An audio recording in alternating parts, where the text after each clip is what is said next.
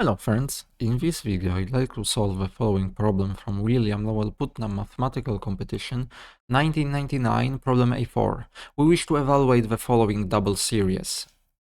Series first goes from m equals 1 to infinity, second one goes from 1 to n equals 1 to infinity, and we are summing m squared n over 3 to the power of m n times n 3 to the power of m plus m 3 to the power of n. So it's a nice problem. Here are my hints. First, notice that our summands are of course positive, so by Tonelli's theorem we can sum our double series in any order whatsoever. Now comes the crucial observation. Try to rewrite, let's call our sum S, and rewrite our sum changing m and n, because the name of our variables doesn't really matter. So change m to n. So the summation stays the same, but here we have m squared and here we have n squared and so on. And consider s plus s. Each s write in a different way. So one sum should be written as that and the second one should be written as that. That should simplify this problem greatly.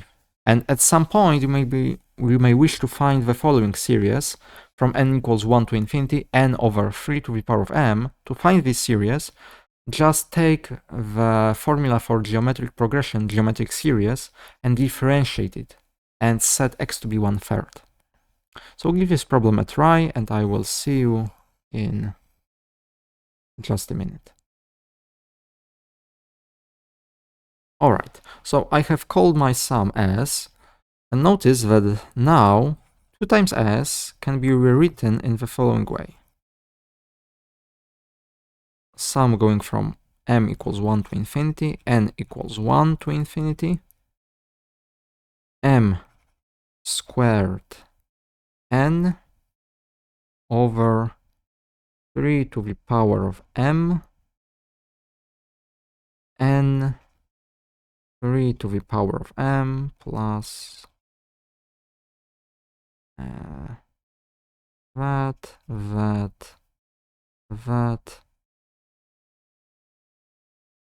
Let's color code it. Very well, so it's our first sum, and for the second sum I will write exactly the same, but I will change m and n. I will put n first and m second, and also I will change the name, the variable everywhere else. So I will swap them, basically. So this time we have n squared, m 3 to the power of n, m 3 power of m plus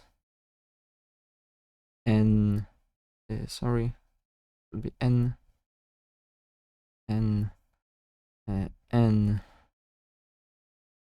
3. Perfect. Now, notice that I can, as I said, our summands are positive, so we can sum them in any order whatsoever. So I will put our double sum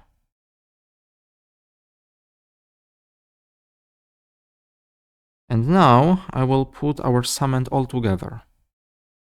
And notice, maybe I will do the following. I will write, you know what, I will stop color coding. I will write m squared, n squared. Here I will put n 3 to the power of n 3 to the power of m plus m 3 to the power of n. And here I will multiply both the numerator and the denominator by m. So I have m 3 to the power of m 3 to the power of n. Perfect. And notice also that now this part right here is the same as this part right here. So I can rewrite our series in the following way.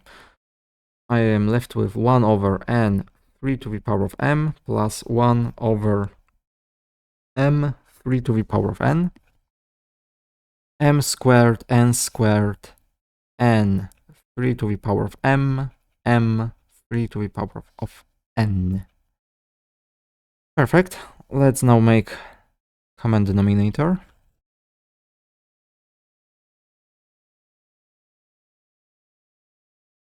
Well, I will have m 3 to the power of n plus n 3 to the power of m over m n 3 to the power of m 3 to the power of n,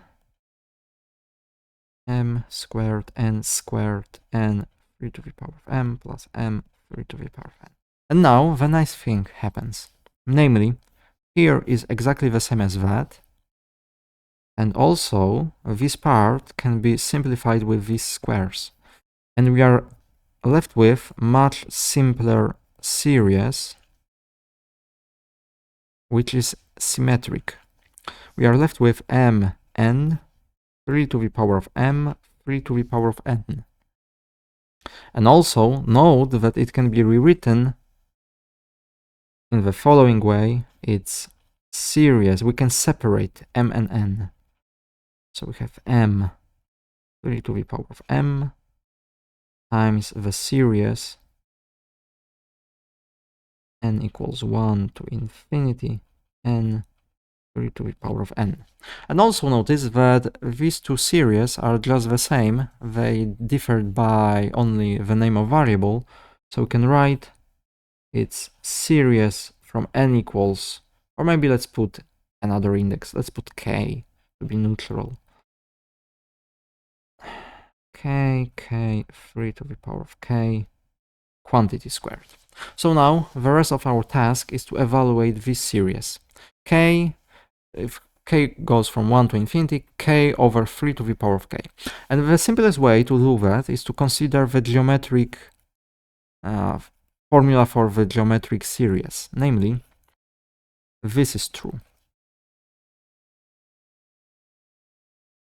Of course, if we are talking about real numbers, is for x's between -1 and 1.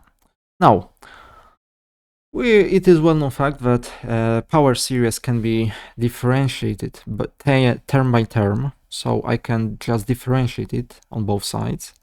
If I differentiate it on the left-hand side, I will have, maybe let's write it after differentiation, have the following. We will have 1 over 1 minus x squared after applying chain rule, and here we will have series from k equals 0 to infinity, k x to the power k minus 1. And now I will do a trick, namely I will multiply by x, so here I will have like that. And now let's set x to be 1/3, then we have the following series from k. And also notice that really I can go from k equals 1, because for k equals 0 this term is just 0, so there is no point in including that.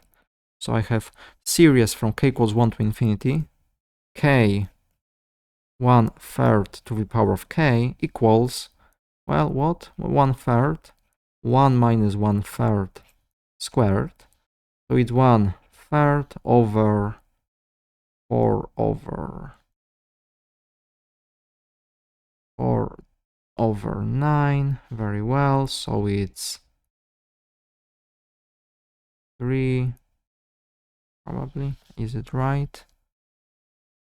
It probably is. It's 3 over 4. Which means that our sum s equals 1/2. Remember, it's 1/2 because all of these lines were for 2 times s. So for single s, we have to divide by 2. So s equals this.